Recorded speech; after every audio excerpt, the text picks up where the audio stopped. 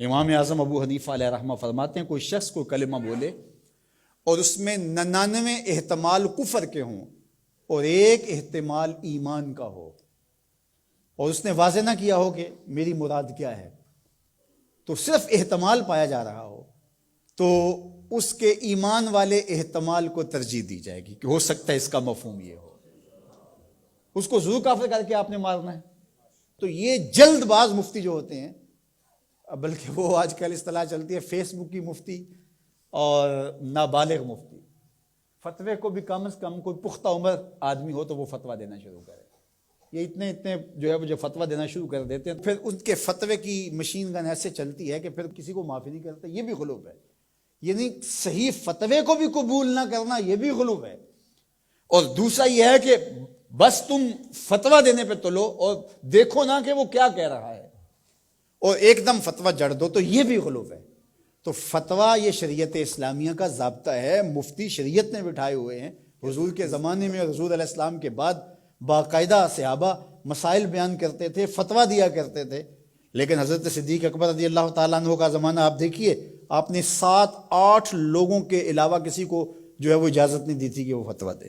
اور یہاں کوئی بندہ عرب سے آیا تو وہ جس سے بھی بات کرے نا تو وہ کوئی نہ کوئی مسئلہ بتا دیا جائے۔ ایک ان پڑھ سے بھی کوئی مسئلہ شریعت کا پوچھ لیں تو وہ بھی اس کے بارے میں کوئی نہ کوئی بتا دے گا۔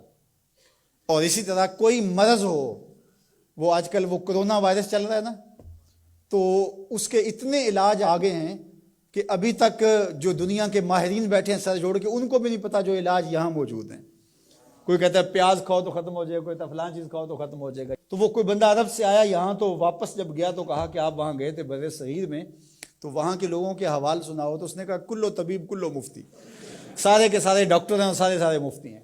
فتویٰ بھی ہر بندہ دیتا ہے اور ہر بندہ جو ہے وہ کوئی نہ کوئی نسخہ بھی بتا دیتا ہے۔ میں ایک دن لڑکوں کو بتا رہا تھا کہ میں شوگر کی وجہ سے، وہ ظاہر ہے یہ ایک ایسا مرض ہے کہ جو ظاہر ضرور ہو جاتا ہے، کہیں چائے ہو تو جی یا اس میں چینی نہ ڈالنا، یہ چیز نہ دینا، تو پتہ چل جاتا ہے شوگر۔ میں نے کہا میرے پاس شوگر کے اتنے نسخے آ گئے ہیں کہ اگر میں چاہوں تو جو ہے وہ اس پہ کئی جلدوں میں کتاب لکھی جا سکتی ہے۔ تو یہ نہیں ہے، یہ اسی کا حق ہے جو اللہ کے محبوب علیہ الصلوۃ والسلام نے صحابی سے فرمایا کہ جاؤ فلاں ڈاکٹر اس زمانے کا طبیب تھا، فرمایا اس کے پاس جاؤ، وہ تمہیں کھجوریں دے گا۔ یعنی علاج بھی خود بتایا، لیکن فرمایا اس کے پاس جاؤ۔ اللہ اکبر، یہ میرے حضور نے راہ عمل دیا۔ اور اگر میرے حضور اس کے پاس نہ بھیجتے، کسی ڈاکٹر کی دکان ہی نہ چلتی، کسی حکیم کا کاروبار ہی نہ چلتا، تو تم میڈیکل سٹور سے لے کر دوائی نہیں کھا سکتے، تمہیں ڈاکٹر اور طبیب کے پاس جا کے جو ہے وہ لینا پڑے گا۔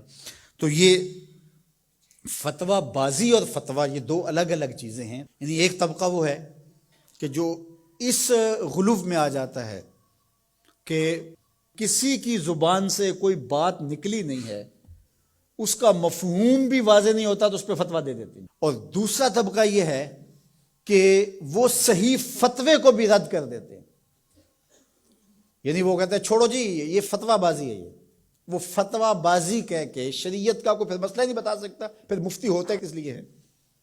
تو مفتی کا تو کام فتویٰ دینا ہے، جہاں غلطی ہوگی تو وہ بولے گا کہ یہ غلطی ہوئی ہے، اس کی اصلاح کی جائے۔